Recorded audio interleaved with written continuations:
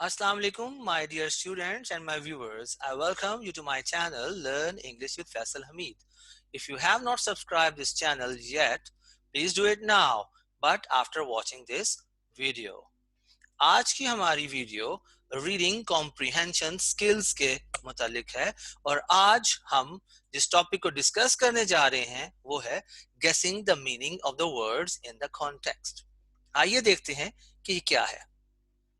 What you do when you do not know the meaning of a word while reading a passage during exams। क्या मतलब है इसका? जब आपके पास exams में, चाहे आप सीएसएस कर रहे हैं, चाहे आप आइल्स का पेपर दे रहे हैं, चाहे आप रीडिंग कॉम्प्रिहेंशन जीआरई में देख रहे हैं, तो आपको ये पॉसिबल नहीं है कि हर वर्ड का आपको मतलब आता होगा। तो उस वक्त आप क्या कर सकते हैं? आप क्या डिक्शनरी को कंसल्ट कर सकते हैं? नामुमकिन बात है। क्या आप टीचर से पूछ सकते हैं? ऐसा भी नहीं हो सकता। और क्या आप किसी क्लास फेलो या किसी साथ बैठे हुए इंसान से पूछ सकते हैं? तो जवाब नहीं है। तो फिर आप क्या करते हैं? जी, आप गैस करते हैं। तो गैस कैसे किया जाता है, आइए देखते हैं। पहला स्टेप ये है कि आपने देखना है read the sentence in which the word is used.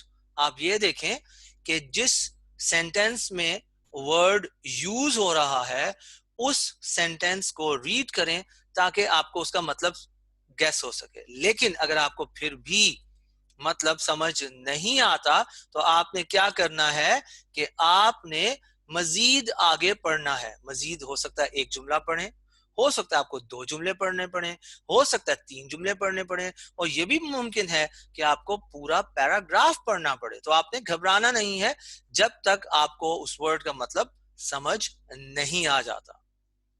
तो आए देखते हैं कि हम किसी भी वर्ड के मीनिंग को कैसे गेस कर सकते हैं। Let's guess. What is the meaning of misogynist? Okay, misogynist एक वर्ड है, उसका क्या मतलब है? नहीं भाई, हमें इसका मतलब नहीं मालूम। तो हम क्या करेंगे? ओके, हम रीड करेंगे जहां पर वो सेंटेंस में वर्ड मौजूद है। तो आइए देखते हैं सेंटेंस क्या है। She realized that her boss was a misogynist soon after she started working for him। तो इस सेंटेंस में पढ़ने से हमें मालूम हुआ कि इस सेंटेंस में 2 लोग हैं। एक कोई खातून है और दूसरा शख्स जो है वो कोई मर्द है, कोई मैन है। तो इस सेंटेंस से हमें पता चला, हमने गैस किया कि अ misogynist is a man. Misogynist एक आदमी होगा, वो कभी भी एक फीमेल नहीं हो सकती। लेकिन अभी भी हमें मिसोजिनिस्ट का मतलब क्लियर नहीं हो रहा। तो आइए हम इससे अगला जुमला पढ़ते हैं। कीप गेसिंग।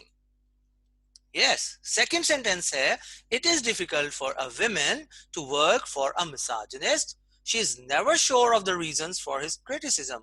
इस जुमले से हमें पता चल रहा है कि मिसोजिनिस्ट जो है वो विमेन के साथ जो है इजी वर्क नहीं कर पाता, वो एक कंफर्टेबल सिचुएशन क्रिएट नहीं कर पाता और वो औरतों को बहुत ज्यादा क्रिटिसाइज करता है। तो इस जुमले से हमने क्या गेस किया कि जी, मिसोजिनिस्ट ऑलवेज क्रिटिसाइजेस विमेन।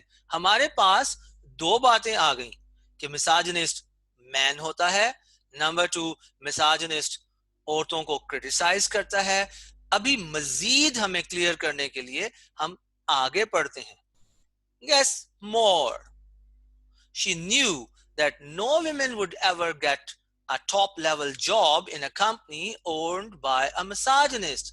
इससे पता चला कि मिसोजिनिस्ट जो है वो औरतों को टॉप लेवल पर जाने से को पसंद नहीं करता। तो इससे क्या बात समझ आई कि जब आपके बारे में, आपकी किसी के बारे में नेगेटिव फीलिंग्स होती हैं तो आप उसके रास्ते को रोकते हैं। तो इससे पता चला कि मिसोजिनिस्ट क्या होता है।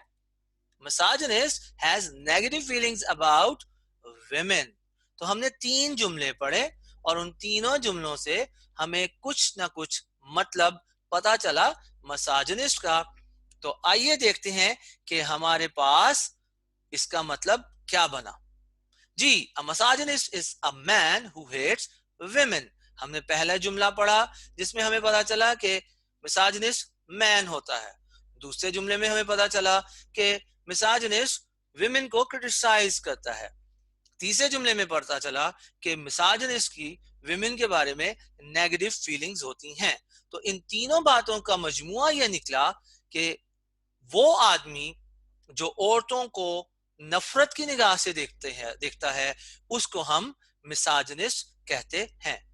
तो इस तरह हम किसी भी वर्ड का मतलब समझ सकते हैं, उसको गेस कर सकते हैं, डिक्शनरी को खोले बगैर, अपने टीचर से कंसल्ट किए बगैर और किसी दूसरे स्टूडेंट की हेल्प के बगैर। उम्मीद है आपको हमारा लेक्चर पसंद आया होगा। अल्लाह हाफिज।